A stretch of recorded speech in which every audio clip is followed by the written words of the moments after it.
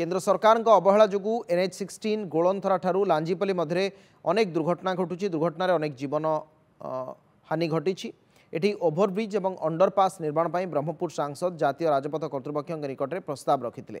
प्रस्ताव को भित्ति कर अंचल 6टी अंडरपास और 2टी ओभरब्रिज निर्माण पर प्रतिश्रुति मिलता कि 1.5 वर्ष अधिक दिन बीती सुधा केंद्र सरकार अवहेला जो कार्य होना।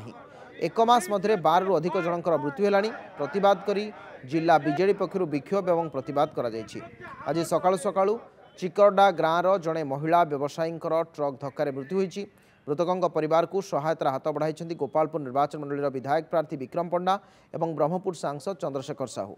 विक्षोभ प्रदर्शन बेले ब्रह्मपुर सांसद चंद्रशेखर साहू, विधायक विक्रम पंडा, डेप्यूटी मेयर विवेक रेड्डी समेत बिजु जनता दल बहु नेता और कर्मी उपस्थित थे।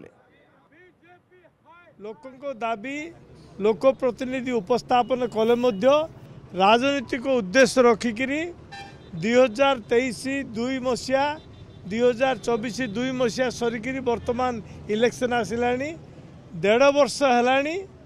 एक केवल टेंडर करी काम आरंभ करने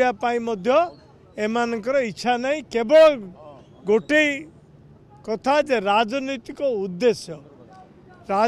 उद्देश्य रखिकी कार्यक्रम करुचंती, किंतु लोक मरिवा एमानपाई किसी बड़ कथा नहीं। एबे 2 मास भितर पाखापाखि 5 जन मृत्युवरण करने ये रंडा छकरे और कनिष छकरे लांजीपुल ठारू ये रंडा छक भितर पाखापाखि वर्षे 15 जन खंडे मृत्युवरण कले और बारंबार आमर जी सांसद चंद्रशेखर साहू पार्लियामेंट उपस्थापन कले ताकू अप्रूवाल करे से काम को NHI वाला करूना एवं बीजेपी वाला केवल राजनीतिक उद्देश्य खाली हो हल्ला करने छाड़दे लोकों उद्देश्य कौन कार्यक्रम करूना।